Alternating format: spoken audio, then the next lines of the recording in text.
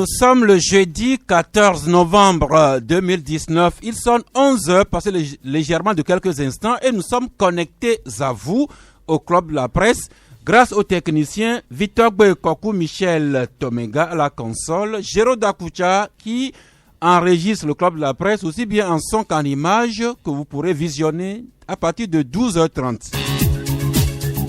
Et vous savez déjà qu'à partir de 12h, vous entrez en ligne sur nos deux numéros, le 22 21 33 74 ou bien le 22 20 19 68 pour co-animer avec nous, soit par vos questions, vos critiques, vos apports, mais sur l'un ou l'autre sujet que nous aurons débattu aujourd'hui. Et ce jeudi, la politique sera en bonne place, notamment le Togo en marche vers l'élection présidentielle 2020. Nous vous ferons revisiter les décrets que le gouvernement a pris hier qui portent ouverture et clôture de la révision des listes électorales. Également, le gouvernement qui a également débattu du nombre des démembrements de la CENI au plan national avec les CELI et dans les ambassades avec les commissions électorales d'ambassades indépendantes. Nous vous ferons revisiter également les candidatures déjà annoncées, voire investies, et ce qu'on peut avoir à l'horizon encore, et également ces attaques qui sont adressées au processus électoral. Et nous finirons par la présence cette semaine chez nous, ici au Togo, de la mission conjointe Nations Unies, CEDEAO, en avant-première pour l'élection présidentielle. Et si nous avons le temps, quelques informations d'ordre économique pour vous parler de tout ça. Michel Tchadja de Ouara les vainqueurs, bonjour. Bonjour Sass, bonjour aux collègues sur le plateau et bonjour à tous les super branchés. Je suis heureux de retrouver Michel dans son accoutrement de Tchocho, chef traditionnel, un pays kabien. Lui, il revient du Niger et il s'habille justement comme les Hermans. C'est Magloa Teko Kenvi, bonjour. Bonjour Sass, bonjour chers confrères autour de la table et bonjour à tous. Vous nous rappelez en 30 secondes pourquoi vous étiez au Niger et ce que vous y avez fait. Disons que nous étions au Niger dans le cadre du symposium international des médias pour les ODD. Et pour l'édition de cette année, il s'était spécialement agi de la contribution des médias à la réussite des ODD, parce que le constat a été fait que si les OMD ont été un échec, que tout le monde a su, c'est vraiment parce qu'on n'a pas su impliquer toutes les couches sociales et socio-professionnelles, notamment les médias et les organisations de la société civile.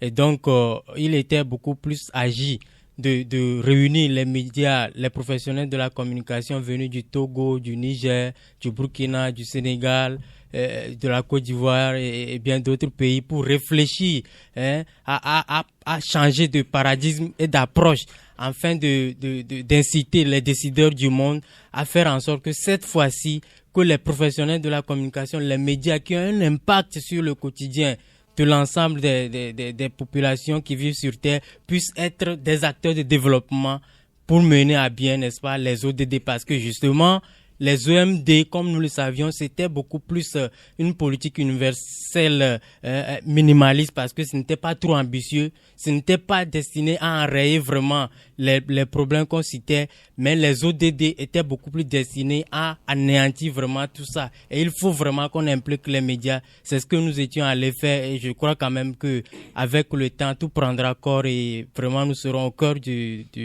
ce processus. Amen. Les médias comme partie prenante dans la réussite des objectifs de développement durable, les médias impliqués en formation, les médias également qui se retrouvent le lundi prochain à Yaoundé, capitale du Cameroun. Ce sera dans le cadre des 48e assises de l'Union de la presse francophone. Revenons ici au studio avec Ambroise Yao Kondjo que nous retrouvons. Bonjour. Bonjour Sass, bonjour tout le monde, bonjour les auditeurs et auditrices. Bonjour le personnel de IFODEL qui forme en développement local et en décentralisation. Moi, je voudrais placer juste un mot par rapport à la route de Ségbé, puisqu'on ne va pas en finir d'en parler.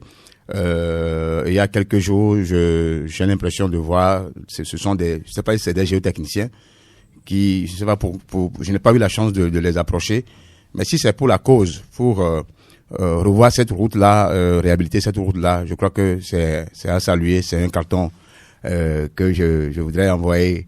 Si carton dont vous gardez la couleur en attendant la suite de ce que vous observez sur le terrain. Voilà. Et puis un confrère qui nous fait le plaisir de nous rendre visite aujourd'hui, Félix Tagba, bonjour. Bonjour Sass et bonjour à tous les auditeurs et auditrices. Merci de ne pas oublier les femmes. Félix Tagba, vous êtes journaliste, oui. Vous êtes très actif sur les médias, disons, numériques. Oui. Vous êtes porteur d'un concept depuis quelques années. Oui. Vous êtes le fondateur de l'éco-jogging. De quoi s'agit-il? Alors, éco-jogging, c'est un concept simple qui consiste à courir ou à marcher tout en ramassant les déchets et après à les recycler. Le concept, je l'ai lancé depuis 2017 et aujourd'hui, nous sommes représentés dans beaucoup de pays à travers le monde et nous accentuons sur le ramassage et le recyclage des déchets parce que vous n'êtes pas sans savoir que les déchets aujourd'hui polluent l'environnement mais aussi causent des dommages à notre santé. Mais ce qui est important et ce qui est utile à dire, c'est que les déchets, c'est de l'ordure. C'est pas de l'ordure, mais c'est de l'ordure. C'est des choses qu'on peut valoriser.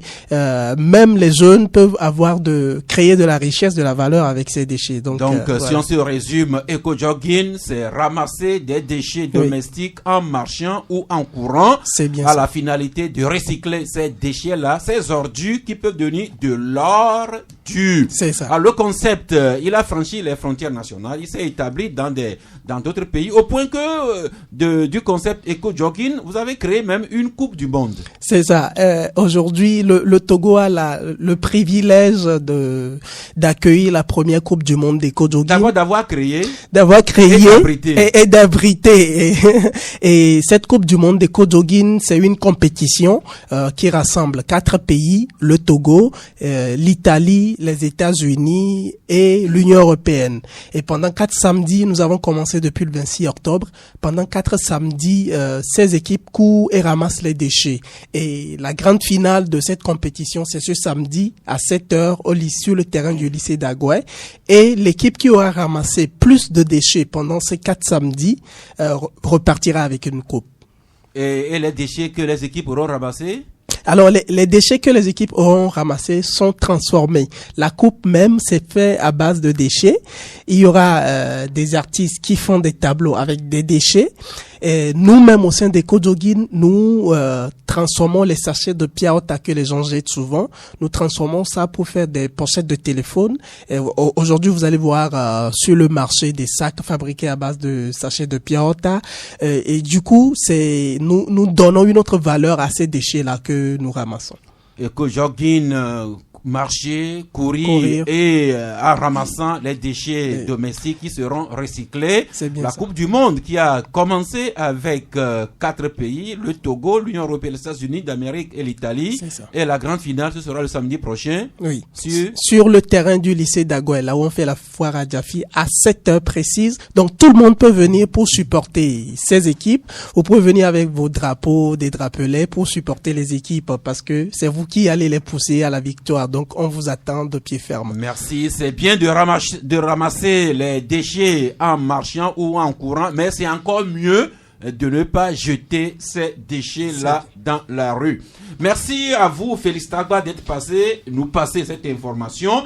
Et sans transition, nous saluons une fidèle auditrice, Mademoiselle Ekoué Dédé. J'insiste sur Mademoiselle à l'attention de Magloire et de Félix Tagba. Ekoué Dédé, c'est une jeune dame. Elle est promotrice dans la zone 3 à la microfinance Mused. Eh bien, Félix Tagba et Magloire, je salue en votre nom Mademoiselle Ekoué Dédé, qui est promotrice à la microfinance Mused. Elle opère dans la zone 3. Pensée du jour, et ce matin, c'est Fénélon que nous revisitons et qui écrit: on tire souvent plus de fruits de ses fautes passées que de ses plus belles actions. on tire souvent plus de fruits de ses fautes passées que de ses plus belles actions. C'est ce que Fénelon nous a écrit. Quand nous viendrons sur le processus électoral, aussi bien à l'endroit du gouvernement que de ceux qui sont dans les starting blocks de l'opposition, vous nous direz si les uns les autres tirent vraiment des leçons des expériences passées. Mais d'ici là, vu et constaté, j'avais une idée, mais j'ai changé d'idée quand j'ai vu Flambeau des démocrates à la page 2. Magloire, votre journal écrit le complexe scolaire quand Général Gnassingbé Eyadema, tout simplement une poubelle à microbes. Malheureusement, c'est le constat qui se dégage. Et le nom même du complexe est évocateur. On parle quand même du général Gnassingbé Eyadema. Mais Sasgaou, je vous inviterai à faire un tour là-bas et vous allez être consterné par la réalité du terrain. Et la réalité justement, c'est-à-dire que c'est un complexe situé en plein cœur du camp RIT. Maintenant, c'est le camp général Ameyi. Le Ameyi, c'est à Kara. Voilà, camp général Gnassingbé Eyadema. Voilà, le camp Ameyi, c'est à Kara. Et donc, vous arrivez là-bas, vous ne vous croirez pas même à Lomé parce que c'est un milieu assez insalubre. Et il s'est fait même que l'établissement, la cour de l'école est envahie par la brousse. Et au même moment, vous allez être surpris parce que il nous a été donné de constater qu'il y a des esprits qui décident, n'est-ce pas, d'aller là-bas, soit pour fumer de la drogue, soit pour faire du coït. Et ça, on se dit à quelques centimètres seulement du camp. Un milieu censé être sécurisé. Et également, vous allez être concerné de constater que les latrines, les immondices sont partout. Les gens, au sein de l'enceinte. Au sein même de l'enceinte. Et on ne comprend pas parce qu'il y a quand même une direction, il y a un personnel qui dirige l'établissement. On ne voit pas la responsabilité de ceux qui gouvernent ou du moins dirigent cet établissement, alors que le chef de l'État lui-même, vous allez voir, très bientôt, il ira encore, c'est là où il va accomplir son devoir civique. Donc c'est dans cette école-là que le chef de l'État, Faure Gnassingbé, continue à voter. Exactement. Quand il est à Lomé du moins. Quand il est à Lomé du moins, parce que entre-temps, il le fait également à Kara, mais quand il est à Lomé, c'est là où il vote. Et dans les salles de classe, vous allez être surpris de voir que des gens ont déféqué par terre dans les salles de classe, dans les escaliers. Et ça, nous avons dit que ce n'était pas bien. Merci. Il va falloir soulever le débat. Le complexe scolaire camp général Gnassingbé Eyadema, une poubelle à microbes, un endroit insalubre, des toilettes et salles de classe pleines de déjections malodorantes, une cour mangée par des herbes sauvages, tout simplement une honte pour le Togo, comme l'écrit Flamme des démocrates. Et vous recueillez des témoignages des voisins qui disent que des gens quittent leur maison pour venir tout simplement déféquer au sein de l'école, soit pour fumer de la drogue ou bien entretenir des rapports sexuels au sein de l'école. Voilà, Michel Tchadia, si Gnassingbé Eyadema suivait cette émission depuis là où il est, il devrait quitter rapidement pour revenir au Togo. Bon, je ne sais pas s'il peut le faire ou pas. Mais le constat, je pense que le constat est clair. Mais la conclusion qu'on peut tirer, c'est que j'ai l'impression qu'on ne punit pas les gens suffisamment au Togo. C'est pourquoi les gens se comportent de la sorte. Parce que, comme ils l'ont dit, il y a des responsables de cet établissement. L'école a quand même des responsables des directeurs qui doivent veiller. Et s'ils ont manqué à leurs responsabilités, je pense que des sanctions doivent suivre. Mais malheureusement, quand nous disons des choses comme ça, et bon, ils ricanent, ils se disent que mais les gens là, ils n'ont qu'à parler, nous on s'en fout. Si les choses étaient vraiment prises au sérieux, je pense que, mais si ce que le confrère est en train de relater, et je ne doute pas si c'est vrai, mais on doit sanctionner des gens. Le nom même du coin, c'est un symbole. Et on ne peut pas permettre. C'est un symbole à double titre. D'abord, l'école porte le nom de l'ancien président et l'école est sise au sein du camp militaire. Voilà. Et si on doit constater de ce genre de manquements, je pense que et le directeur et tous ceux qui ont en charge cet établissement, ils doivent répondre. Et donc, c'est moi, ce qui me peine, c'est que nous sommes dans l'ère de les gens font ce qu'ils veulent. Il n'y a personne pour les sanctionner. C'est ça la difficulté du Togo. Merci. Le désordre, l'indiscipline et l'impunité, tout cela ne doit pas rimer avec l'état de droit. Merci, Front des démocrates, pour ce vieux constaté qui a fait que j'ai relégué aux oubliettes l'élément que j'avais préparé. Sans transition, processus électoral. Nous allons l'ouvrir chapitre par chapitre. Et le premier chapitre, Ambroise Ponjo, vous avez sans doute suivi le long communiqué ayant sanctionné le Conseil des ministres hier. Et ce que nous retenons, c'est que le gouvernement réuni hier, le Conseil des ministres, a pris des décrets. Ce qui nous intéresse, le premier décret a fixé le nombre des commissions électorales locales indépendantes, les CELI, ici au plan national, et les commissions électorales d'ambassades indépendantes dans le représentation diplomatique. Et puis, autre décret, le gouvernement a fixé l'ouverture et la clôture de la révision des listes électorales. Ce sera du 29 novembre au 1er décembre. Ça veut dire que le train vraiment du processus électoral est en marche. Oui, j'ai constaté de même. Sauf que je suis en train de voir que ceux qui sont au pouvoir, le gouvernement et ses alliés vont encore aller chercher des querelles, parce que les élections présidentielles dans ce pays ont toujours été des élections d'enjeux importants qui suscitent l'attention de tout le monde, même le regard de la communauté internationale. Donc il va de soi que ces élections soient bien organisées dans le délai constitutionnel. Au-delà de ce délai constitutionnel, il est important que les conditionnalités soient réunies avant d'aller à ces élections. Et c'est en cela que les Nations Unies ont envoyé des représentants, même s'il y a un doute autour de ces envoyés.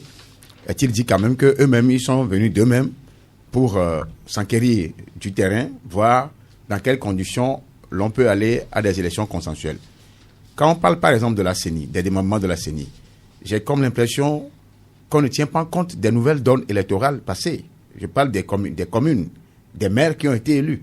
Les maires doivent avoir un regard au sein des différentes CELI qui seront installées sur l'ensemble du territoire. Est-ce que le code électoral en dispose ainsi? Justement, c'est en cela qu'il faut revoir le code électoral par rapport à la nouvelle actualité liée à la décentralisation.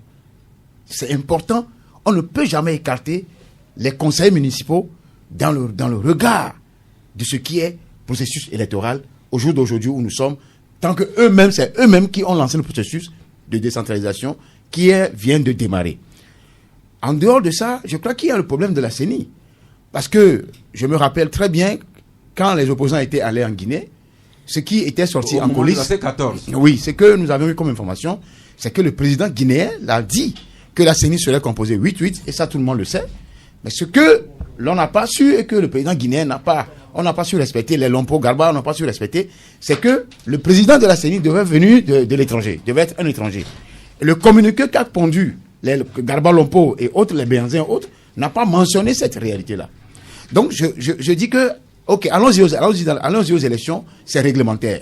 Mais dans quelles conditions allons-nous aller à ces élections sans qu'il y ait de fuite au Ghana, au Bénin et qu'il y ait encore des morts? Parce que cette élection de 2020, c'est les élections de tous les enjeux. Et tout le monde, les gens sont déjà honnêtes. Ceux qui sont honnêtes, ils sont honnêtes. On va venir aux commentaires après, Ambroise, mais factuel... Pour boucler, oui. C'est que moi je prends acte de ce Conseil des ministres, sauf que ce Conseil n'a pas tenu compte des nouvelles, de l'actualité, du format de décentralisation, qui a aujourd'hui des conseils municipaux qui doivent avoir un regard dans les CELI et dans les démembrements de la CENI. Merci. L'homme Antichogbe, bonjour. Bonjour Sas, bonjour Canal FM. Merci de nous avoir rejoints. Eh bien, Michel, donc depuis hier, c'est décrété par le gouvernement. La révision des listes électorales, ce sera du 29 novembre au 1er décembre. Le gouvernement qui a également fixé les contours, le nombre et les contours des CELI et des EAI, la commission électorale d'ambassade indépendante, dans le contexte où des formations politiques et même des candidats investis continuent à demander la recomposition de la CENI et demander également que les modalités de participation de la diaspora aux élections soient revues. Et avec ces deux décrets que le gouvernement a pris hier, on peut dire que les cris de ces partis et opposants ne sont pas entendus et tout va comme la loi en dispose actuellement. Non, je pense que ceux qui en doutaient, je pense qu'ils sont servis à partir d'hier soir. Ceux qui pensaient que le gouvernement est en train de blaguer ont compris que les choses sérieuses ont commencé et elles sont censées continuer. Vous savez, il y a le calendrier républicain et les arrangements politiques. On ne peut pas les mélanger. Nous sommes allés aux élections en 2015, présidentielles en 2015. Et tout le monde sait à quel moment les Togolais seront convoqués encore pour l'élection présidentielle. Ça, c'est un calendrier républicain auquel le gouvernement est en train de suivre. Et donc, si les partis politiques et peut-être certaines voix de la société civile se lèvent pour réclamer et donc des discussions, notamment revoir la CENI et un certain nombre de choses, c'est normal, c'est leur droit, c'est un jeu politique, mais ça doit se faire entre les acteurs politiques. C'est au gouvernement de savoir ce que les partis politiques de l'opposition sont en train de demander, si c'est faisable ou pas. Mais au regard de la situation, c'est que le gouvernement a déclenché un processus qui émane des dispositions constitutionnelles. Maintenant, certains même sont allés dire d'arrêter le processus électoral, carrément. Bon, je ne sais pas s'ils ont les moyens d'empêcher ou de faire en sorte que ce processus soit arrêté. Sinon, quand à l'approche des élections, si les acteurs politiques discutent, ça ne gêne pas. Je pense que c'est d'ailleurs même souhaitable pour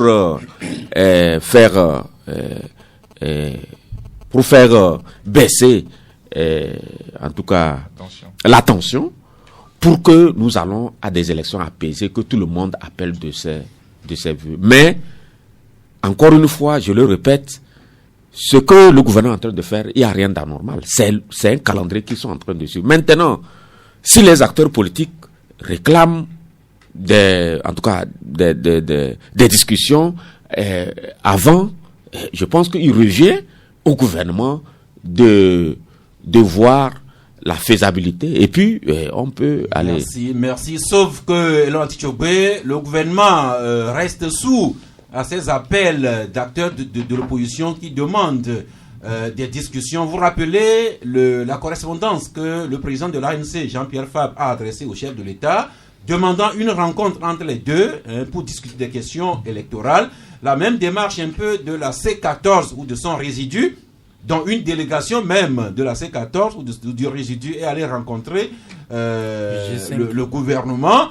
Un autre acteur qui se fait entendre, c'est Maître Agboibo, soit comme président du phare ou bien comme président du CA, mais il ne cesse d'écrire et de faire des propositions, des critiques.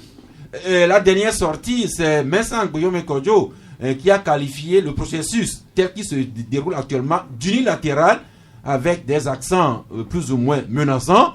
Un autre acteur, c'est le PNP, son président, qui ne s'inscrit pas dans la dynamique électorale, mais qui s'annonce également dans la rue. Pourquoi faire? On le verra.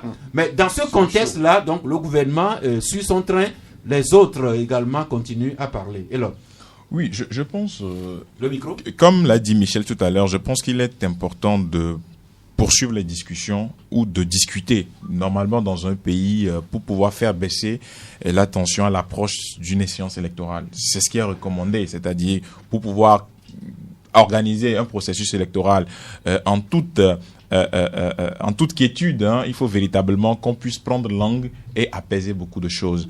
Mais il se fait qu'aujourd'hui, on se retrouve dans un contexte où il y a eu une feuille de route de la CEDEAO qui a été élaborée le 31 juillet 2018 à la faveur de la crise que le pays a connue. Et donc cette feuille de route-là aujourd'hui est comme le canevas vers l'organisation d'un processus électoral consensuel au niveau des parties prenantes. Et j'ai lu récemment le courrier du président de l'Alliance nationale de changement par rapport à la Cour constitutionnelle et par rapport au plan d'action de la Cour constitutionnelle, parce qu'il me semble que jusque-là, la Cour constitutionnelle n'a toujours pas été recomposée, et conformément aux recommandations de la feuille de route de la CEDEAO, et au niveau de la CENI, je pense qu'au niveau de l'opposition, donne de la voix pour qu'il y ait une recomposition de cette CENI également.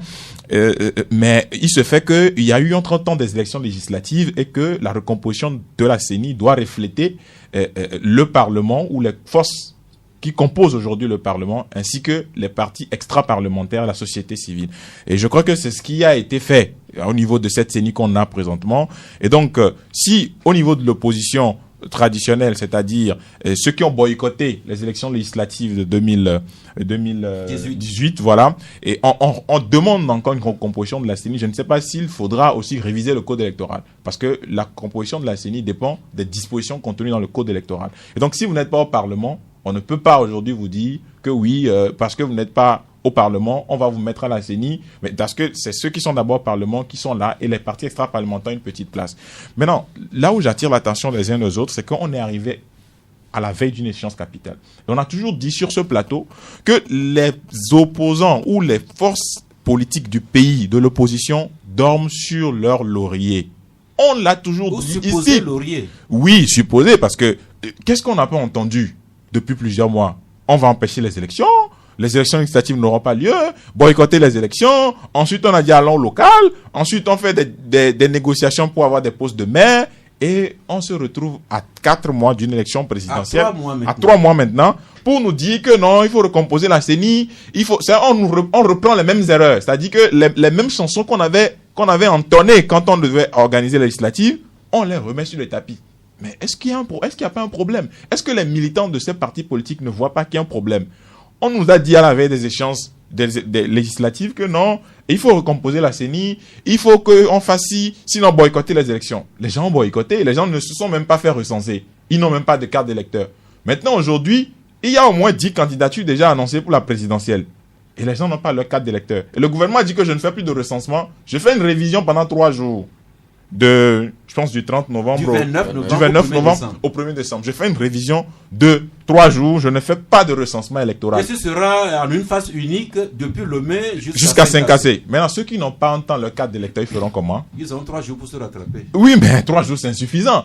Mais si vous avez la queue que vous avez devant les bureaux de vote pendant 2 semaines, où a duré le recensement, mais on vous a parlé de recensement, les gens n'ont pas pu le faire. Maintenant, on parle de révision, vous allez pouvoir avoir votre carte. Donc, il faut véritablement que les militants ou le peuple puissent tirer ces leçons, parce que c'est pas à moi de dire ce que les gens doivent penser. Merci. Mais par rapport au processus qu'il y a eu depuis législative à ce jour, il faut que chaque personne puisse tirer de son côté les leçons qu'il faut. Merci, mais les attaques continuent de s'élever contre le processus électoral tel qu'il se déroule. Le dernier épisode en date, c'est la sortie du groupe autour de Monseigneur Kodjo. Et là-dessus, je crois que c'est Ouara, les vainqueurs. oui, voilà le vainqueur, plutôt, Front des démocrates. Magloire, vous écrivez présidentielle 2020. D'abord, avant le groupe de Podro, c'est Espérance pour le Togo, qui s'est signalé à notre rappel hier par une conférence de presse. Espérance pour le Togo, qui, vous écrivez, Espérance pour le Togo s'indigne et menace.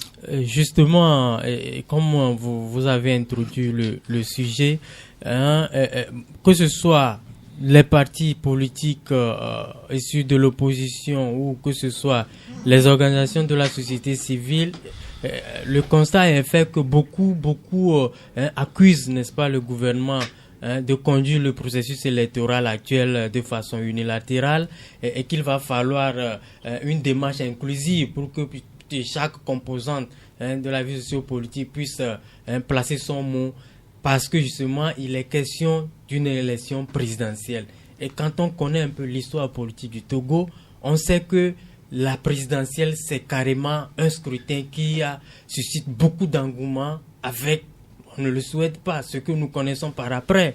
Et donc... Et ce n'est pas seulement chez nous. Suivez l'actualité en Bolivie, soit à la dernière élection présidentielle, et vous saurez que nous ne sommes pas les seuls à prendre la présidentielle vraiment très au sérieux. Justement, et donc ça voudra dire que c'est un scrutin assez particulier et qu'il va falloir que chacun, en tout cas chaque composant, puisse placer son mot. Et donc c'est le constat qui est fait que au rang des organisations de la société civile, justement, figure le mouvement Espérance pour le Togo, qui justement dit ne pas être d'accord sur la manière de conduire le processus par le gouvernement, surtout les 3 jours de révision électorale annoncée, parce que pour ce mouvement-là, il est, comme je l'ai dit, question d'une élection présidentielle, et que les 3 jours, ça nécessite plutôt un recensement de façon complète. Parce que, comme nous le savons, on connaît depuis 2018, avec les législatives, ce n'était pas tous les Togolais qui s'étaient inscrits dans la dynamique des élections, que ce soit législatives ou locales. Pour les locales, c'est un peu plus inclusif, mais pour les législatives, il y a eu une partie de l'opposition qui a demandé à ce que leurs militants puissent boycotter tout ça. Et aujourd'hui, il s'est fait que beaucoup de Togolais ne se sont pas fait enrôler en décembre passé, et donc aujourd'hui, il est plus question de rattraper tout ce retard-là. Et donc, ce mouvement ainsi que les 3 jours ne sont pas si suffisants pour pouvoir faire enrôler les Togolais qui sont en marge de ce processus. Et donc, il dit que pour la bonne cause, pour l'intérêt suprême du Togo et des Togolais, il va falloir que le gouvernement sursoie, n'est-ce pas, provisoirement à ce processus pour qu'il puisse prendre langue avec tous les acteurs afin que tout se fasse désormais de façon unanime. Et donc, c'est en somme l'idée qu'a émise ce mouvement hier. Mais plus loin, le mouvement dit que si vraiment le gouvernement ne veut pas entendre raison, eh bien, il sera contraint de le retrouver sur son chemin. Par quelle manière, on ne le sait pas encore. Mais dans l'ensemble, disons que les gens sont un peu surexcités. Et moi, je dis, au-delà de tout ça, les politiques sont un peu mécontents. Les organisations de la société civile également mécontentes. Mais je dis, nous sommes entre Togolais. Honnêtement, il va falloir que nous nous écoutions. Merci Magloire. Mais on note une certaine montée du ton. Le discours de Espérance pour le Togo hier. Mais avant, c'était le mouvement citoyen, le mouvement autour de Monseigneur Podro, qui fait également monter le ton. Et quand vous rappelez la dernière sortie d'Agbayome, c'est également des menaces. Tout ça là devrait attirer les spécialistes de l'alerte précoce. Alors venons justement au groupe de Monseigneur Podro, qui est sorti également de son... Enfin, qui a rendu public une déclaration mardi. Le mouvement parrainé par Monseigneur Podro, qui demande purement et simplement que le gouvernement suspende tout le processus électoral et qu'on se retrouve pour mieux voir. Ambroise. C'est de bonne guerre, je crois, parce que, vous savez, tous les signaux sont à l'orange actuellement et risquent de monter au rouge. Parce que j'ai rencontré un monsieur, on causait, et il me disait, si le pouvoir ne fait pas attention pour organiser de bonnes élections, le volcan, le Nirangongo va se réveiller. J'ai dit ça veut dire quoi? Oui, on a déjà entendu de telles choses et on a vu par la suite que les élections se sont bien passées. Oui, moi je ne fais que rapporter ce que l'on m'a dit. Et je vous rapporte La également preuve. ce qui s'est passé. La preuve, vous venez de citer des leaders politiques et religieux qui ont déjà monté la barre haut. Quand vous écoutez Agbomé, vous comprendrez que nous avons un grand défi à relever au cours de ces élections. Si le pouvoir de Lomé, Fognon Singbe et ses collaborateurs ne mettent pas la balle à terre pour s'engager dans un processus transparent, et l'homme le disait par rapport à la CENI. La CENI recommandée par la CEDEAO était les 8-8. On n'est pas au 8-8. Ceux qui sont à l'Assemblée, c'est des gens qui... Et l'homme a également rappelé que l'actuelle CENI est conforme c'est ce que je veux dire. à la classe politique du moment. Ceux qui sont à l'Assemblée, ce ne sont pas des gens, c'est des gens qui sont nommés. Il faut répéter ça là. Oui, mais, il faut répéter à qui veut l'entendre. Ambroise, mais c'est eux qui sont là pour le moment. Ils sont là, ils ne représentent que eux-mêmes. Et pas la loi. Et pas... C'est ce qui est grave. C'est ce qui fait mal aux Togolais. Des gens qui n'ont rien vu au cours des élections locales. Sans qu'on va aller comprendre que quand ceux qui disent qu'ils sont nommés, ils ont raison. Donc pour dire qu'en réalité, il faut écouter les Nations Unies, la CEDEAO, qui sont en train de revenir à la raison pour des bêtises qu'ils ont commises depuis 2005. Ibn Chambas, quand j'ai appris qu'il arrive, j'ai tombé de nuit. Mais je me dis que peut-être il veut se rattraper. Merci. On va revenir à Ibn Chambas, mais repartons autour de Monseigneur Podjoro avec son mouvement citoyen, dont on connaît le ton. Et Flamme des démocrates parle du caractère hétéroclite du mouvement citoyen, les forces démocratiques, que ce journal présente comme un couteau à double tranchant. Et voilà, les vainqueurs également s'intéressent au groupe autour de Podjoro. Michel, vous écrivez prise de position excessive dans les affaires publiques. Il est temps que Monseigneur Podjoro crée son parti politique. C'est ce que vous lui recommandez? Ah oui, vous savez, dans les années 91, nous n'étions pas trop petits. Moi, j'étais en classe de seconde. J'ai eu la chance de suivre la conférence nationale. Monseigneur Podjoro, aujourd'hui, à mon avis, est une partie du problème togolais. Et en tant qu'homme de Dieu, s'il voulait que des gens sérieux le suivent, c'est qu'il devait s'adresser aux deux bords.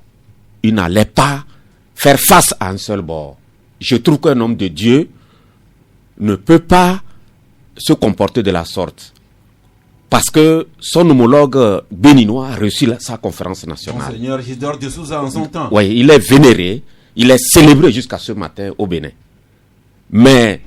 Et par l'actualité, on suit également, disons, les prélats au Congo démocratique, oui. Qui ont le verbe haut, oui. Mais leur verbe s'adresse aussi bien au pouvoir en place. Et à l'opposition. Ce n'est pas le cas avec Monseigneur Podjoro. C'est une autorité religieuse, c'est une autorité morale. Et on aurait souhaité que ce monsieur prenne de la hauteur. Parce que si vous vous rappelez, la conférence, ceux que les bons observateurs vous diront que la conférence nationale au Togo fut un fiasco. Vous rappelez les derniers jours, on a coupé les émetteurs de la TVT. Même avant même l'élection de la transition. La conférence nationale a joué en partie à cause de l'attitude de Monseigneur Podjoro. Donc aujourd'hui, il est une partie du problème togolais. Et il est mal placé pour nous donner le chemin à suivre.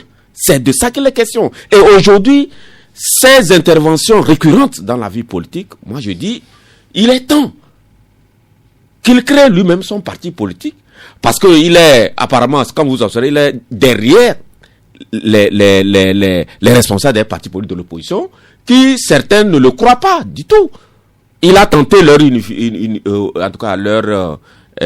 unicité, ça n'a pas marché. Maintenant, ils vont avec une plateforme revendicative.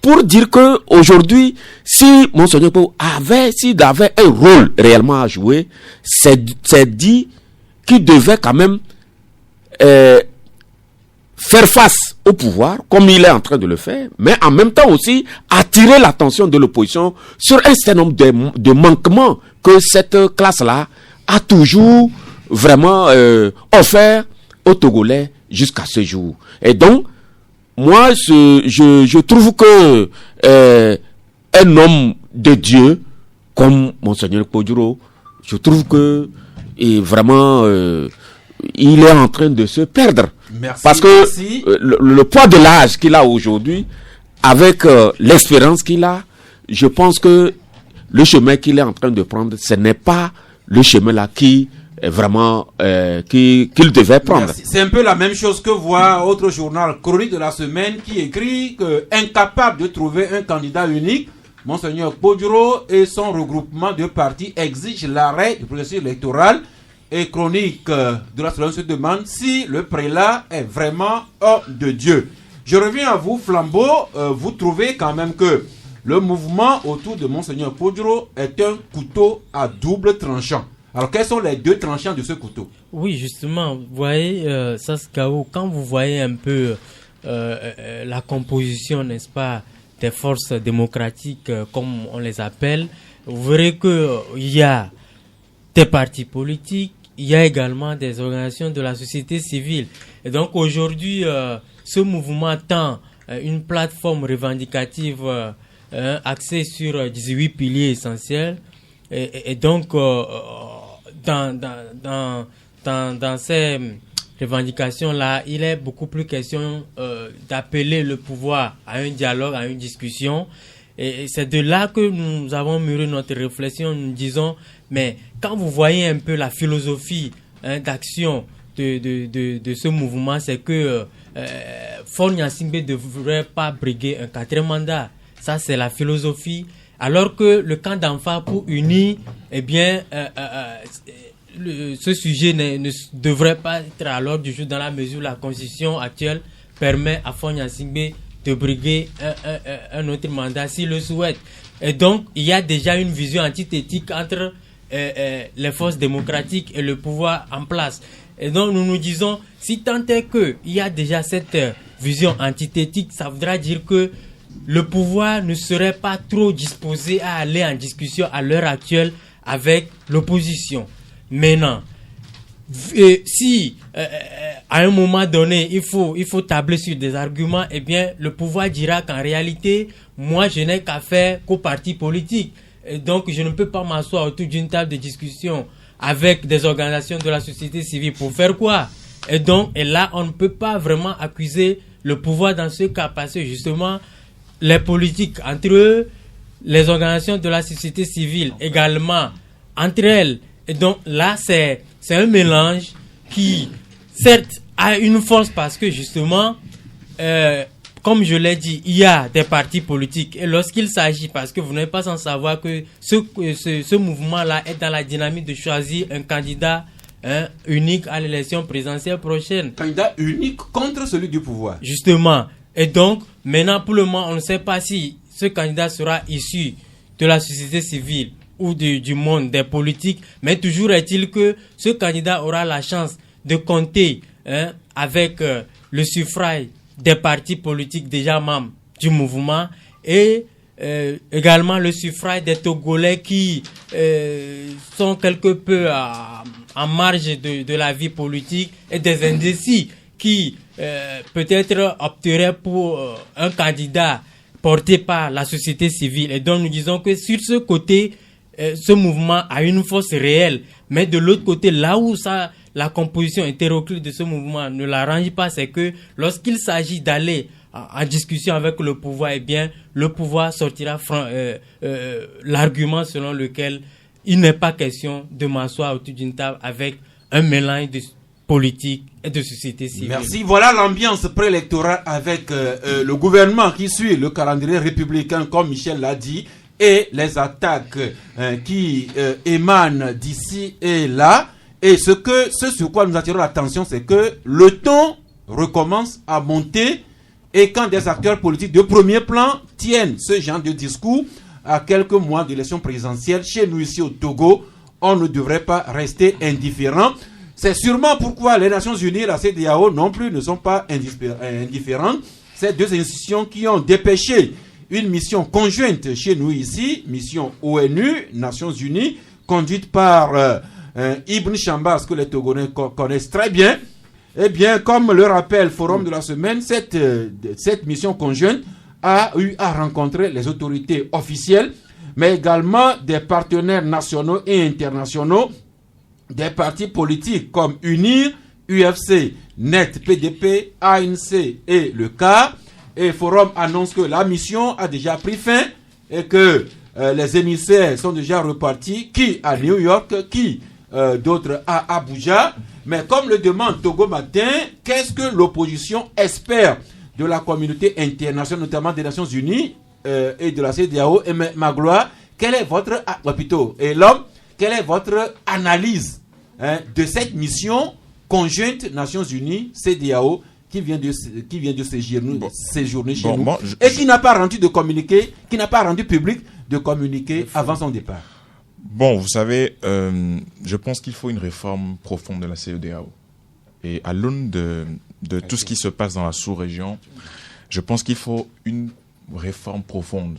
Et si les chefs d'État et de gouvernement sont véritablement attachés aux besoins des peuples qui composent la CEDEAO, je pense nécessairement qu'il faut une réforme.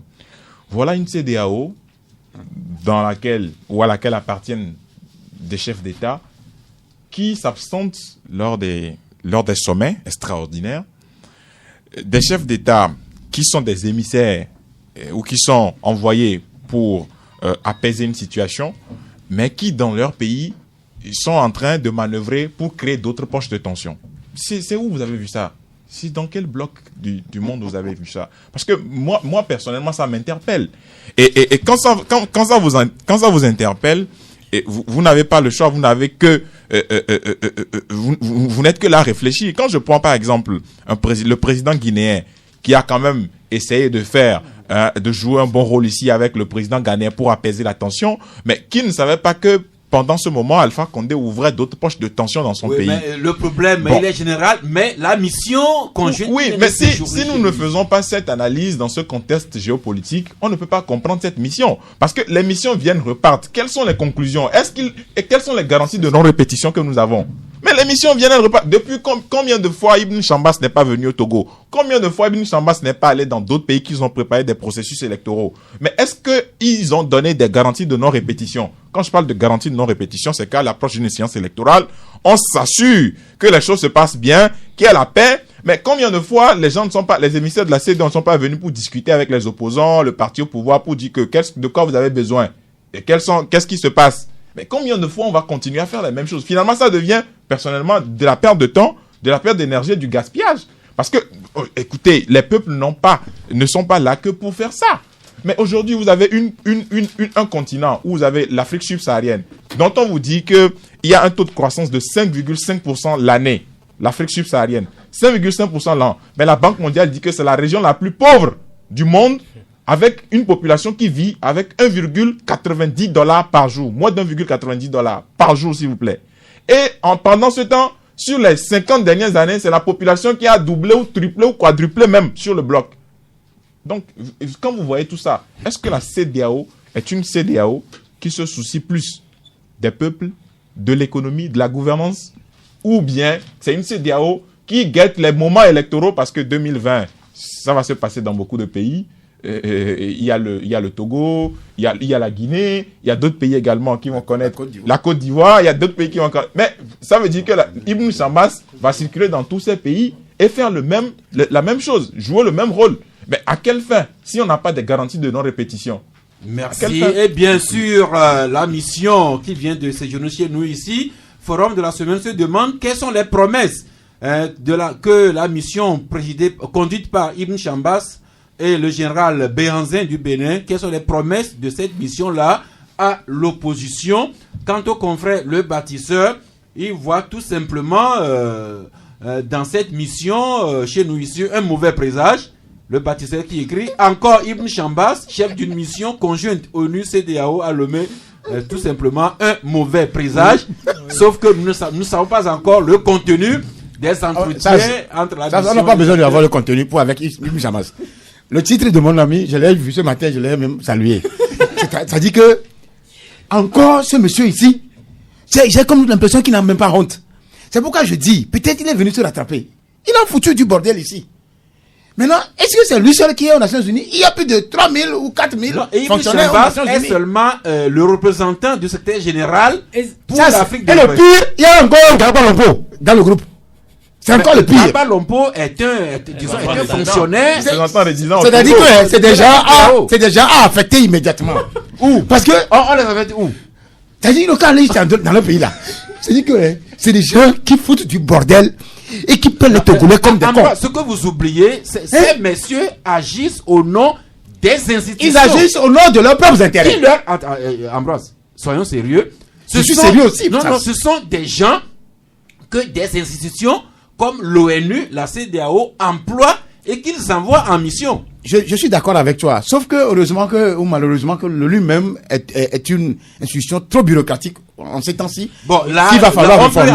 C'est cette bureaucratie-là qui conduit des gens à foutre du bordel. Les institutions et les personnalités. Ils ne font pas du bon boulot. Il faut avoir le courage de leur dire la vérité. Oui, ça, vous savez, le sujet, il est pertinent. Moi, je ne vais pas personnaliser le débat. Mais ce qui m'intrigue dans tout ça, c'est que je ne sais pas si la mission a déjà pris fin ou pas. C'est ce que le forum écrit qu'ils ont terminé leur travail depuis le mardi. Voilà. Et ce qui m'intrigue, c'est que ils sont venus, ils l'ont annoncé en fanfare, ils ont fini leur mission, ils partent sans rien dire à personne. Et vous vous rappelez à l'époque, quand j'ai dit que nous n'allons pas faire,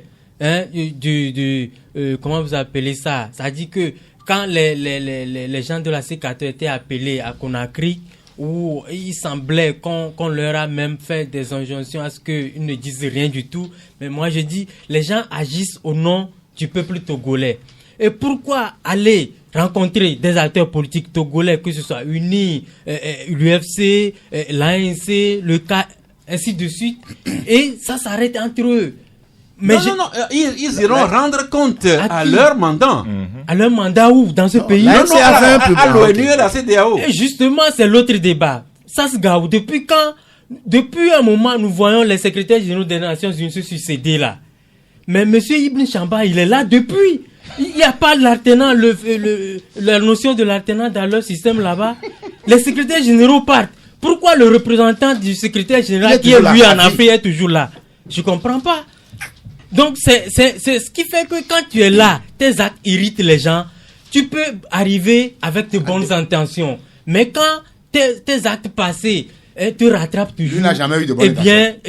Tout ce que tu auras posé, les gens ne l'adopteront pas. Et donc je pense que pour le bien même de l'image de l'ONU en Afrique de l'Ouest, il va falloir que on pense au sort un peu du diplomate Ibn Chambas, parce que je suppose qui n'est pas le seul dans la boîte, l'alternance dont on parle, il va falloir qu'ils épousent également l'idée pour qu'on ait d'autres têtes également. Merci. Toujours, j'avoue que nous n'avons pas les contenus des entretiens que cette mission est avec les acteurs, encore moins leurs conclusions. Même si comparaison n'est pas raison. Ce matin, j'ai appris que vous savez que la Côte d'Ivoire également organise une élection présidentielle en 2020. Et on annonce également des tensions dans ce pays. Et en Côte d'Ivoire, c'est le pays même qui a demandé à une mission des Nations Unies de venir auditer un peu le système électoral et leur donner avis. Michel, ça c'est parce que là-bas... La parole est à Michel. Alors, ce qui vient de se passer chez nous ici au Togo, et dont on ne connaît pas le contenu, et ce que la Côte d'Ivoire prend comme initiative de solliciter l'expertise des Nations Unies dans la perspective de l'élection présidentielle 2020. Mais les réalités ivoiriennes ne sont pas les réalités togolaises. Merci. Ce que la Côte d'Ivoire veut, nous sommes ici, on ne peut pas maîtriser à distance ce que ce pays-là veut de cette mission, qui doit venir expertiser peut-être le fichier électoral, le fonctionnement de la CENI et tout. Ici, j'aurais appris que, par exemple, vous prenez le net aurait demandé à la mission de plaider auprès du gouvernement pour que le fichier électoral soit assaini. Il faut que la CENI aussi soit réformée, recomposée, voilà, entre autres. Moi, dans ce débat, ce que je vois, c'est que ce n'est pas les étrangers qui viennent nous dire ce que nous devons faire de bien. Nous sommes intelligents au Togo. Que vous prenez la classe politique de l'opposition ou la classe politique du pouvoir, les gens sont intelligents. Est-ce que, pour que nous n'ayons pas de problèmes, c'est l'étranger qui doit venir nous dire ce que nous devons faire pour ne pas avoir de problèmes? Rappelez-vous, avant l'arrivée de la mission de la CEDEAO ici, pour justement, dans le cadre du règlement de la crise, en tout cas avec la fameuse feuille de route de la CEDEAO. Mais il y a des confrères, moi j'étais avec un confrère qui m'a dit, bon, ce que nous racontons là, d'attendre la CEDEAO va venir dégager tout le monde ici. Je dis non, si tu connais comment le fonctionnement de la diplomatie, les relations internationales, tu n'allais pas parler comme ça. Ibn Chambas, ce n'est pas le Togo qui va le changer au niveau des Nations Unies. Ce n'est pas le Togo seul qui l'a mis là-bas, c'est le Conseil des Nations.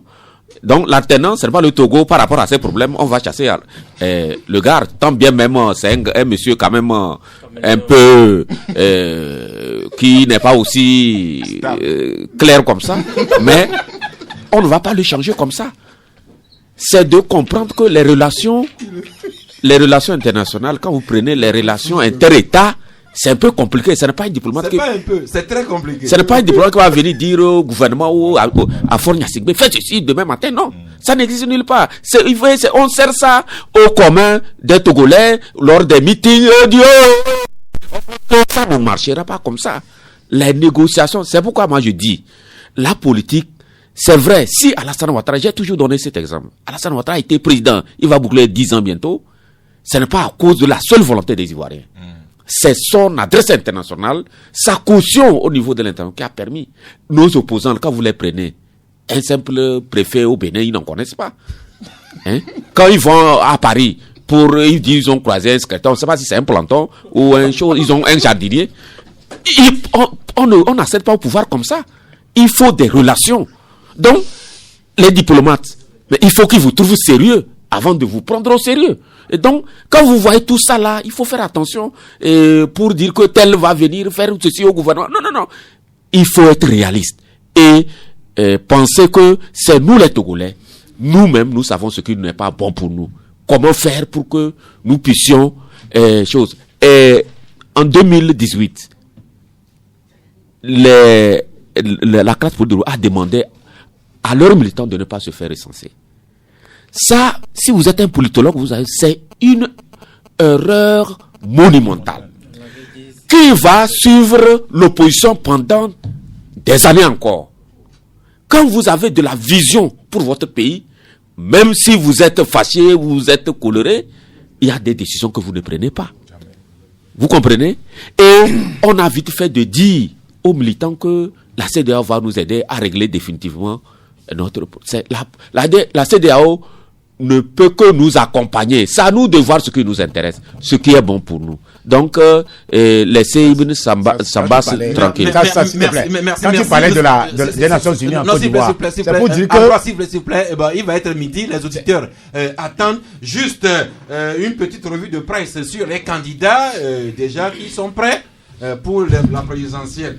Le canal D leur consacre 2 articles.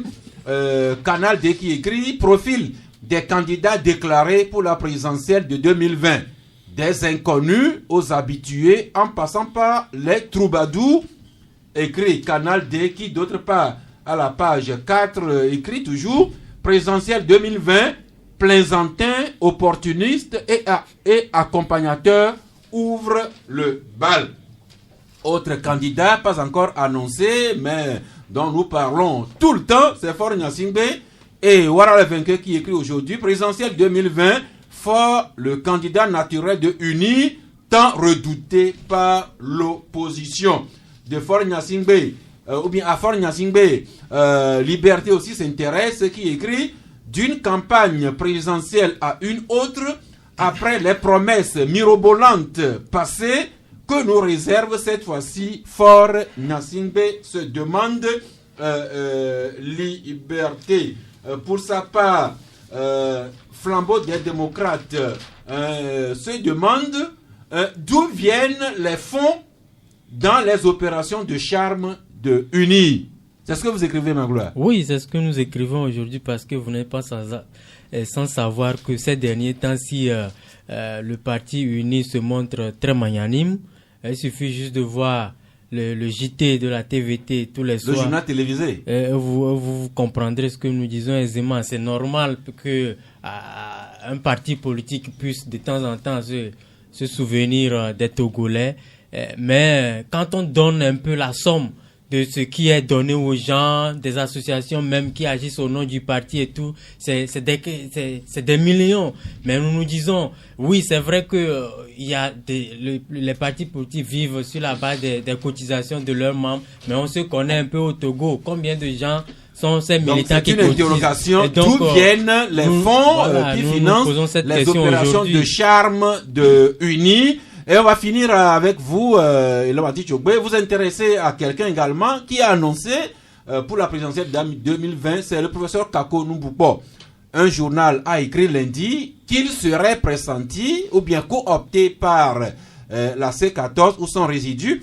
Hier, dans la revue de presse, nous avons ressuscité la parole de Brigitte Ademago Johnson qui a démenti que Kako Numbupo n'est pas leur candidat, du moins hier mercredi. Mais vous revenez sur le sujet, vous écrivez Kako candidat et vous écrivez que cette idée de Kako comme candidat, c'est pas à exclure. Oui, c'est une analyse que nous faisons ce matin. Nous nous posons des questions, bien évidemment, sur cette candidature de l'économiste togolais qui a été le plus en vue ces derniers mois sur la scène internationale, dans les médias, par rapport à ses travaux sur le franc CFA. Et bien évidemment qu'il défend brillamment, c'est-à-dire qu'il défend brillamment sa position sur le franc CFA.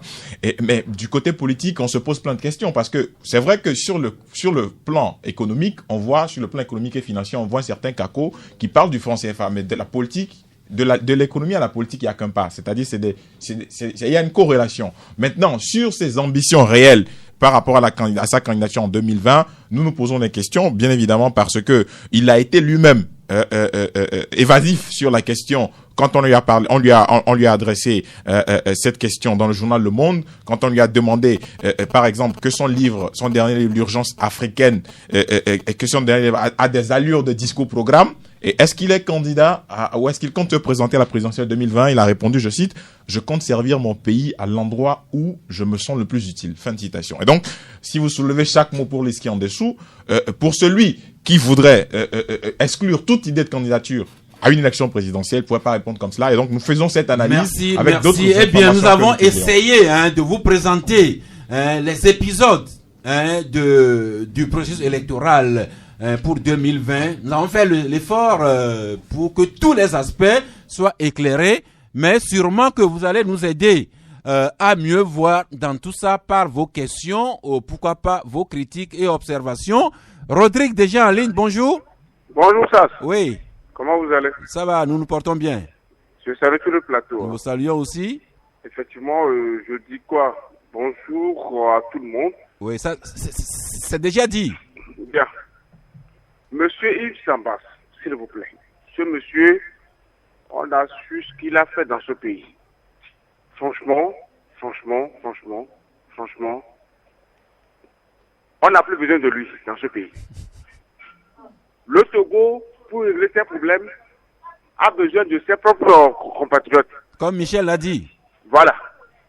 Je suis d'accord. Et je dis, j'envoie vraiment un coucou spécial à M. Ambroise. Franchement, j'adore, j'aime, comment on l'appelle, ses critiques et ses interventions. Il permet également de faire ouvrir les yeux à ce pouvoir. Qu'est-ce que nous voulons dans ce pays?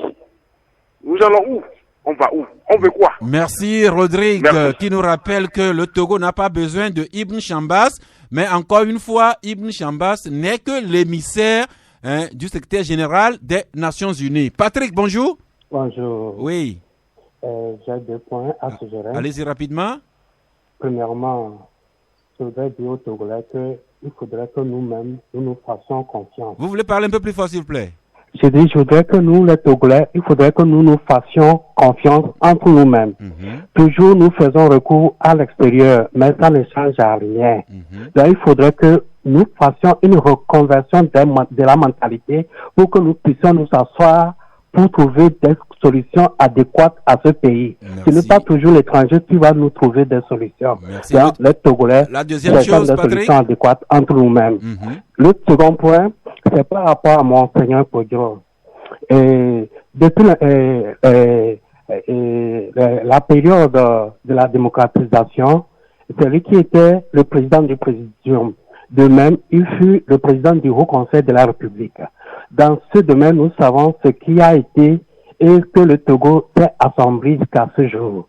Il faudrait qu'il fasse un peu du retrait pour reméditer, revenir en soi, soit gêner, voir ce qui ne va pas. Il rentre là. Il peut prier et Dieu va entendre sa voix au lieu de faire ce qu'il est en train de faire. Merci Patrick, merci Patrick. Il y a beaucoup de personnes qui attendent de souffrir que je passe la parole à Georges. Bonjour Georges. Bonjour. Oui. Salut. Je crois que Elom a bien décrit le travail de la CEDEAO. Parce que il faudrait que... On ne sait pas ce qu'ils font. Bon, Ibn Chambas, c'est un diplomate. Il travaille là-bas. Donc les secrétaires généraux vont passer, il restera. Mais comment? Il est toujours nommé. C'est que bon, ces chefs d'État-là qui ont un syndicat, c'est eux qui le maintiennent là-bas. Mais à la fin, et l'homme l'a dit, les résultats ne sont pas tangibles. Alpha Condé, il est encore nommé médiateur en Guinée équatoriale. On nous parle de croissance. En Guinée-Bissau. Guinée-Bissau, voilà. Alors que le feu brûle chez lui. Oui, combien de morts il y a eu ces derniers temps là-bas? Ces gens-là, c'est nos frères. C'est nos frères. On nous parle de croissance. En même temps, la Banque mondiale dit qu'on est pauvre. C'est la même chose avec le doing business. Le président sort pour aller fêter ça. C'est pas normal. C'est juste un logiciel qu'ils ont créé dans un bureau pour faire que les choses soient rapides. Vous voyez?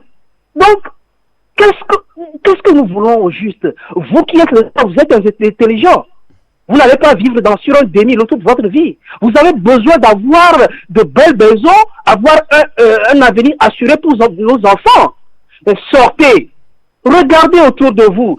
Si ça va dans ce pays, vous le savez. Merci, à la merci, fin, merci, Monsieur Kodjo n'est pas ce monsieur, un grand-père, hein, que personne ne l'appelle ce monsieur-là. Merci. Merci. Beaucoup de pessimisme dans vos tons. J'aimerais plutôt des pistes de sortie de crise. Kofi, bonjour. Bonjour, Saf. Oui. Bonjour, Canal FM. Oui. Oui, je voulais intervenir par rapport à Monseigneur Kodjo et le processus électoral. Par rapport à Monseigneur Kodjo, je crois qu'il est hanté par les démons qu'il a réveillés à la conférence nationale. Ce sont ces démons-là qui le dérangent. Comme il est un prélat, il serait préférable qu'il aille prier pour que ces démons-là le lâchent. Parce qu'on a vu tout ce qu'il a fait. Nous étions petits, on a vu ce qu'il a fait. Si aujourd'hui le pays a des soucis, quelque part, il a sa responsabilité, disons, à prendre. Donc il aille prier, se mettre vraiment à genoux, prier pour que ces démons-là le lâchent et que le Togo retrouve une sérénité. Donc, par rapport au processus électoral, je voudrais dire à Ambroise Kodjo, Ambroise journaliste, qu'il est sur une chaîne de grande écoute. Donc, quand il a des positions, il n'a qu'à... Il n'éclaire pas les auditeurs, mais il les déroute plutôt. Les Anglais disent to be proud of oneself. C'est ça ce qu'il fait, mais il n'éclaire pas les auditeurs. Merci, merci Kofi. Il faut qu'il change. Il a de bonnes idées, mais c'est pas bien. Merci Kofi. Il y a Papa Sibiti qui est en ligne. Merci de lui passer le témoin. Papa Sibiti, bonjour. Bonjour, mon directeur. Non, je vous salue tous. Nous sommes vos fils, Papa Sibiti. Voilà. À propos de la politique, oui. Je salue Jaja Michel qui a parlé de long en large sur la CEDEAO. Vous savez, on ne fait pas. Parlons de nos réalités, ce dont nous avons la capacité, la vérité. Et le président Faure est là, personne ne peut le faire partie. Et Fabre est là-bas, personne ne peut le faire partie. Et les autres. Merci. Sur la politique, Ambroise Ponjo, il faut qu'il change sa façon, bien sûr que les gens le font. Il ne faut pas qu'il dise tant pis, on peut dire parler de moi. Parce que son père, c'était mon grand frère à Pangalam, à l'école centrale de Pangalam. Je suis son chef, mais il est toujours mon chef. Je l'appelle toujours chef. Respectons-nous, humilions-nous. Le président, le monseigneur Kodjourou, vous voyez, lui connaît ce qui s'est passé.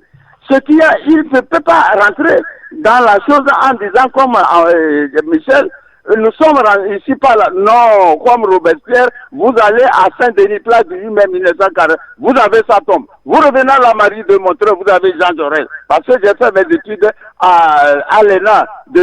Respectons-nous. Parlons ce dont nous avons les pouvoirs. Idriss Sambat, comme il a dit, personne. Nous avons besoin des gens. Est-ce que nous ne pouvons pas faire la politique ici? Il faut aller chercher les gens ailleurs. Merci beaucoup. J'ai beaucoup de choses. Et il faut vivre comme depuis 56. Est-ce que Ambroise Ponjo, qui est le fils de mon grand frère, et comme Madame Adjamagbo, qui est la fille de mon patron, docteur Adjamagbo, ils savent ce qui s'est passé. Merci beaucoup. Je vous en prie, papa Sibiti. Nous passons la parole à Monsieur Maglo. Bonjour, Monsieur Maglo. Bonjour. Oui. Je voudrais tout simplement et humblement attirer votre attention sur l'utilisation de certains mots, certains termes. Vous savez, un mot n'a réellement de sens que dans un contexte. Et les expressions aussi, c'est pareil. Les expressions n'ont de sens que dans un contexte donné. Parlant du Conseil des ministres d'hier où de grandes décisions ont été prises, vous les connaissez, et certains d'entre vous disaient que voilà, c'est les choses sérieuses qui ont commencé maintenant et qu'il faut cesser l'amusement. Et il a pété en disant que c'est le calendrier républicain. Alors là, c'est un terme qui est galvaudé, ça il faut l'avouer. Républicain, ça veut dire chose publique. Et dans ce contexte actuellement, on ne doit plus parler de calendrier républicain en prenant de telles décisions. On doit plutôt parler de calendrier impérial ou royal, ce qui s'est passé là. Mais M. Maglo, nous sommes en République. Oui, mais dans ce contexte, je l'ai bien dit, ce n'est pas républicain ce qui est fait, c'est impérial, c'est royal ce qui est Merci, fait. Et il ne faut pas l'utiliser comme ça. C'est votre avis. Dans ce contexte, vous voyez. Merci, c'est votre avis. Vous l'avez exprimé publiquement. Qu'il ne trompe pas les auditeurs. Qu'il ne trompe pas, surtout que Maglo ne trompe pas les auditeurs. On parle de calendrier républicain. Ce n'est pas moi qui l'ai inventé. C'est le processus que tous les pays au monde ont en termes de processus d'échéance électorale. Ce n'est pas moi. Si c'est lui, dans son coin là-bas, qui a décrété que le Togo est un royaume, c'est son problème. Mais que les élèves nous suivent, qu'ils ne trompent pas, surtout les élèves. Nous allons écouter Monsieur Sylvain Agbaï, bonjour. Oui, Monsieur Sass, bonjour. Oui. Et moi, je vais aborder le sujet de l'école primaire là. Oui. Merci de nous changer un peu. Oui, c'est mieux. La politique, vraiment. Et puis, je voudrais demander s'il y a des toilettes au sein de l'État. Il y a notre établissement à côté ici, vraiment, il y a les toilettes, mais les toilettes sont fermées et les enfants défèquent à côté, même derrière les salles de classe quand vous rentrez là-bas. Et puis c'est dans la même cour qu'on sert à manger aux enfants. Je ne sais pas s'il y a des toilettes à ce niveau, bien les toilettes sont mal entretenues, ou qui peut entretenir ces toilettes, ou bien le directeur peut charger quelqu'un dans les quartiers pour entretenir les toilettes. Merci. Vraiment à côté ici, Magloire va vous répondre rapidement. Et puis, vous n'avez pas fini? Non, je n'ai pas fini. Et pour ce qui concerne Monseigneur Kodjourou, quand vous parlez de Monseigneur Kodjourou de cette façon, je ne suis pas d'accord. Monseigneur Kodjourou a tenté plusieurs fois de voir le président pour lui expliquer. On ne sait pas qu'est-ce qu'il veut dire au président, mais ça lui a été refusé. Je ne comprends pas. Parce que ce monsieur, je vous avais dit la fois dernière que je l'ai connu. Donc quand vous parlez comme ça, à son propos, ça me fait mal, très mal. Merci. Nous avons suivi, mais vous écoutez même ce que les auditeurs même disent sur l'un ou l'autre sujet. Nous allons y venir avec Monsieur Adjanon. Bonjour. Oui, bonjour Monsieur Sass. Oui. Et c'est la première fois que je participe à votre émission. Merci, je vous en remercie. Mais je vous suis tout le temps. Et je dois aller dans le sens de l'auditeur précédent. Quand vous parlez de Monsieur Kodo en ces termes, d'autres disent ce monsieur-là. Monsieur Sass, s'il vous plaît. Monsieur Kodo, c'est un prélat, c'est un homme de Dieu. Ayons peur de Dieu, je vous en prie. Pourquoi je dis ça? Dans votre émission, j'ai fait une remarque. Les gens qui sont sur le plateau avec vous, d'autres sont d'obédience du pouvoir. D'autres ont tendance à aller vers l'opposition. Mais si les gens qui sont d'obédience du pouvoir parlent mal de l'opposition, vous ne les recadrez pas de la manière qu'il fallait. Mais du moment où quelqu'un qui tend un peu à parler un peu mieux de l'opposition, ou qui veut critiquer un peu le pouvoir, vous essayez de le couper, de le bloquer. Monsieur Sass, s'il vous plaît, ne faites pas que votre émission meure. C'est une très bonne émission. Faites en sorte que cette émission-là subsiste. Je vous en prie, c'est tout. Je vous en remercie. Je fais un gros effort que tout le monde soit l'objet de courtoisie, qu'on aime ou qu'on n'aime pas. Monsieur Yao, bonjour. Bonjour, Monsieur Sass. Oui. Mon prédécesseur vient de dire quelque chose là. C'est intéressant. Moi, je trouve le contraire. Quand vous parlez de l'opposition, vous les bloquez. Ah bon? Ah oui. C'est ce qu'on a constaté. Bon, en plus de ça, je voulais dire à Monsieur Abbas Ponto et toute l'opposition togolaise qu'on les prie de nous laisser tranquilles. Quand les élections s'approchent, surtout les élections présidentielles, c'est souvent que les gens trouvent qu'il y a ceci, et les gens arment les gens. S'il y a un seul... Non, les gens arment les esprits, je préfère... Arment les esprits, okay. C'est ce que je voulais dire, il faut m'excuser. Je vous en prie, si un seul bout de sang coule encore dans ce pays, tous ces beaux mondes qui viennent parler, disent qu'il y a ceci, ils seront responsables. Parce que les gens sont en train d'armer les gens, armer les esprits des gens. Qu'il y aura ceci, il y aura... Vous menacez qui? Les gens menacent qui? Nous sommes tous des Togolais et on se connaît. Donc, merci. Qui menace qui? Merci, monsieur Yao. Nous prenons encore un auditeur et puis nous faisons le point entre nous ici. L'heureux auditeur qui boucle la série aujourd'hui, bonjour. Allô? Oui, bonjour. Bonjour, monsieur. C'est monsieur? John. Hier, j'ai tenté de rentrer à l'émission, je n'ai pas pu. Vous êtes le bienvenu aujourd'hui. Hier, la femme qui était avec vous, elle parlait de tripartite là. Oui. Elle a dit quelque chose qui ne se dit pas. Elle disait que les enfants qui ont la maladie tripartite n'ont pas ont une vie très courte.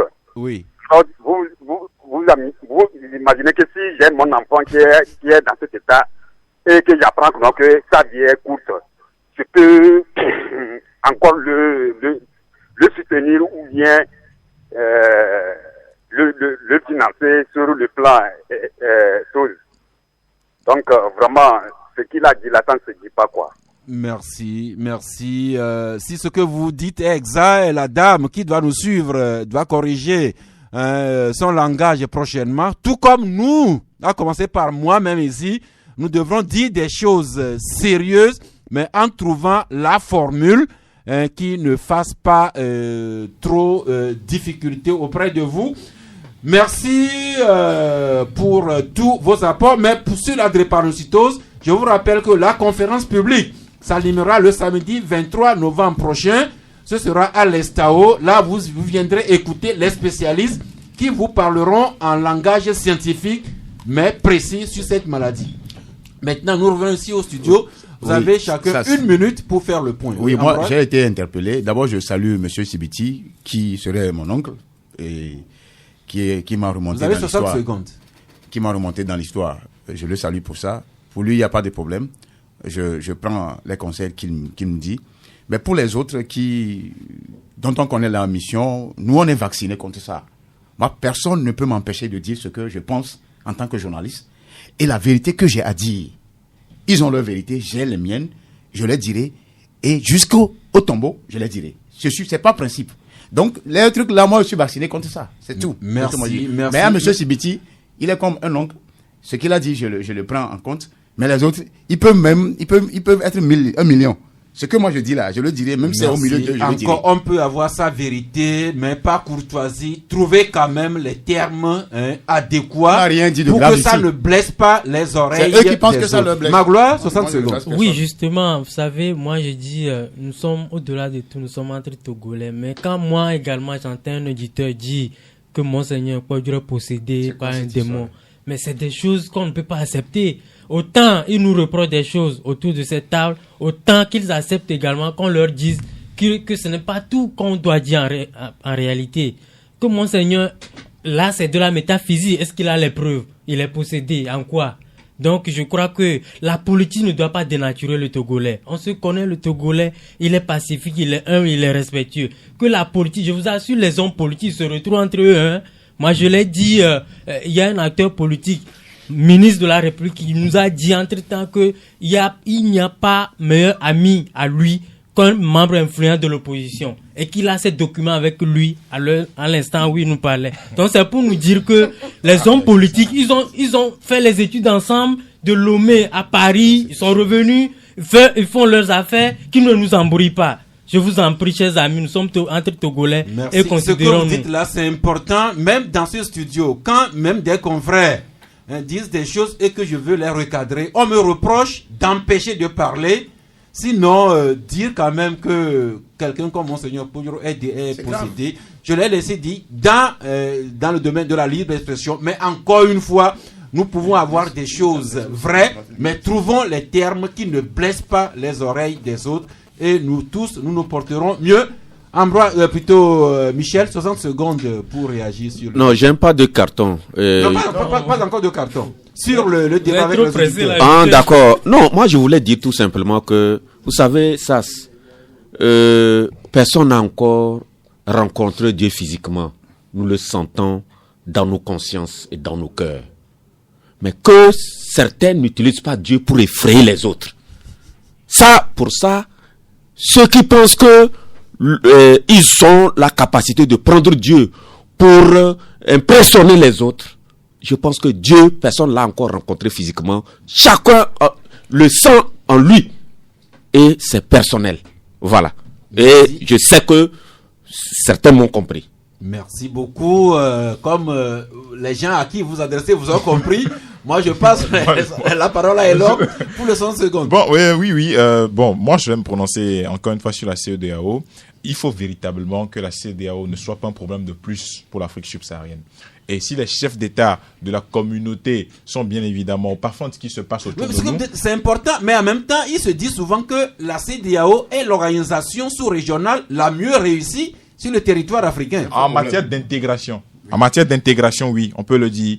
En matière d'intégration, la CEDEAO est un exemple, oui. Mais en matière de gestion, de gouvernance politique, il y a un problème. Et regardez par exemple ce qui se passe au Bénin. On va attendre là, dans les prochains mois, on va encore envoyer une mission de la CEDEAO pour dire que bon, on est venu apaiser. Le cas de la Guinée-Bissau oui, est mais trop chaud. Voilà un président qui fait 2 ans qui modifie la constitution 1er novembre, jour de la mort, à minuit, où on peut braquer les gens. Mais écoutez, quelqu'un comme ça, on réunit le Parlement à minuit pour modifier une constitution, on crée un poste de vice-président, et le lendemain, on fixe les nouvelles modalités pour être candidat à la présidentielle. Tout le monde se tait, hein.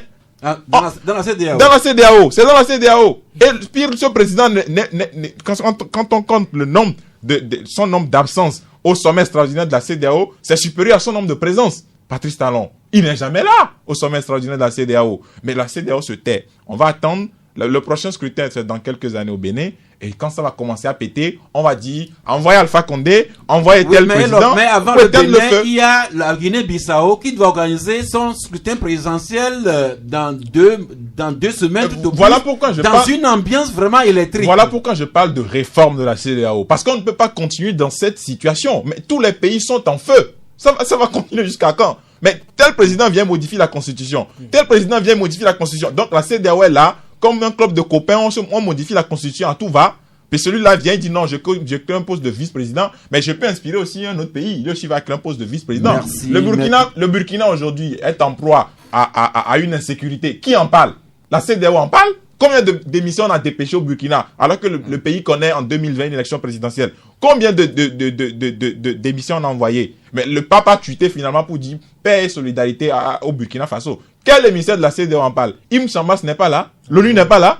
Mais écoutez, il faut qu'on vous avez la parole, vous la gardez pour votre carton de fin d'émission. Je n'ai pas de carton. Merci de passer maintenant, sans contraire, Michel Tchadja. Non, je n'ai pas de carton. Je dis seulement bonjour à tous ceux qui ont pris la peine de nous suivre. Merci. Magloire? Moi, j'ai un carton vert, carton de cœur aux éperviers du Togo qui jouent ce soir.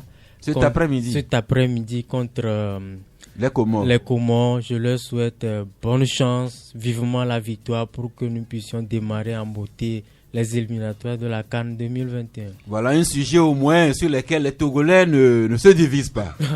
Ambroise, votre carton de fin d'émission? Oui, moi mon carton va aux responsables, aux dirigeants de la ISDI, cet institut qui forme en droit. J'ai vérifié toutes les écoles de BTS. Il y a une certaine, quand vous croirez rentrer dans les salles, vous croirez rentrer dans une école en Europe. Ça y est, tout est nickel, tout est propre. C'est dire que, et même donc, carton vert à l'ISDI. La qualité de l'enseignement. Merci beaucoup. Alors, carton vert aux dirigeants de la si ce que Ambroise dit est vrai, donc vous mettez face à face l'ISDI, dont Ambroise présente les locaux comme nickel. Et vous mettez en face le complexe scolaire Nyasingbe et Yadema. Et chacun fait sa comparaison. C'est fini pour aujourd'hui. Vraiment, merci de nous avoir suivis. Et plus particulièrement, Mademoiselle Ekwe Dede. Je rappelle encore une fois pour Magloire et Félix Taba qui sont partis. Elle est promotrice dans la zone 3 de la microfinance Musette. C'est par elle et à tous les auditeurs et auditeurs que nous disons merci. Rendez-vous demain, vendredi, pour boucler la semaine en beauté, si Dieu le veut et Dieu le voudra bien.